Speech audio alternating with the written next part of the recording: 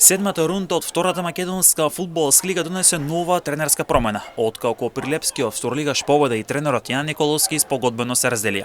Николовски ја водеше победа во турбулентен период со кој се соочува поранешниот прволигаш. Откако минатата сезона преку бараж успеа да се спаси и да го избори опстанокот во втората лига. Како што веќе информираше М-нет телевизија, управата на клубот преку соопштение информираше дека спогодбено се разделуваат со тренерот Николовски, при што му се заблагодарија за досегашната соработка. По взаемна согласност, клубот и тренерот Јан Николовски решија да го прекинат својот професионален ангажман.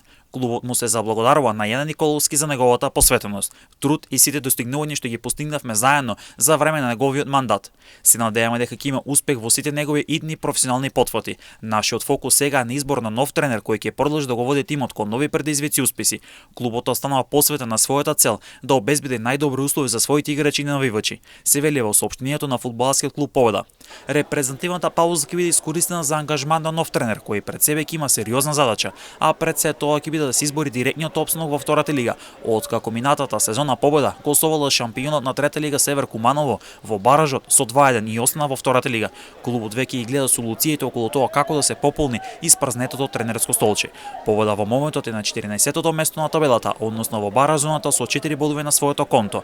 Откако испадна од првата лига во сезона 2022-2023, минатата сезона Победа наместо да гради тим за враќање во прва лига, играше бараж за опстанок во втората лига, а како што тргнало проблем ќе има и во тековната сезона, ако многу работи не се променат, зашто новиот тренер ќе има сериозен предизвик. После репрезентативната пауза Победа ќе игра со Вардар Неготино во гости.